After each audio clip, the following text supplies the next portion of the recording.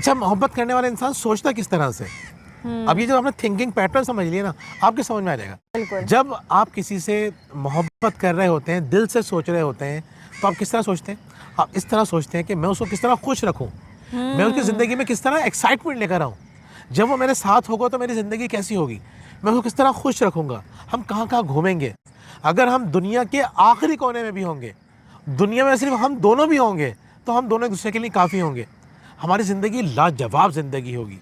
मैं उसकी ज़िंदगी में सारे रंग भर दूंगा जो किसी की ज़िंदगी में भरे जा सकते हैं। हम इस तरह सोचते हैं। लेकिन जब हम दिल के बजाय दिमाग से काम लेते हैं, यानी मोहब्बत को दिमाग मिल जाता है, फिर मिजाज नहीं मिलते हैं।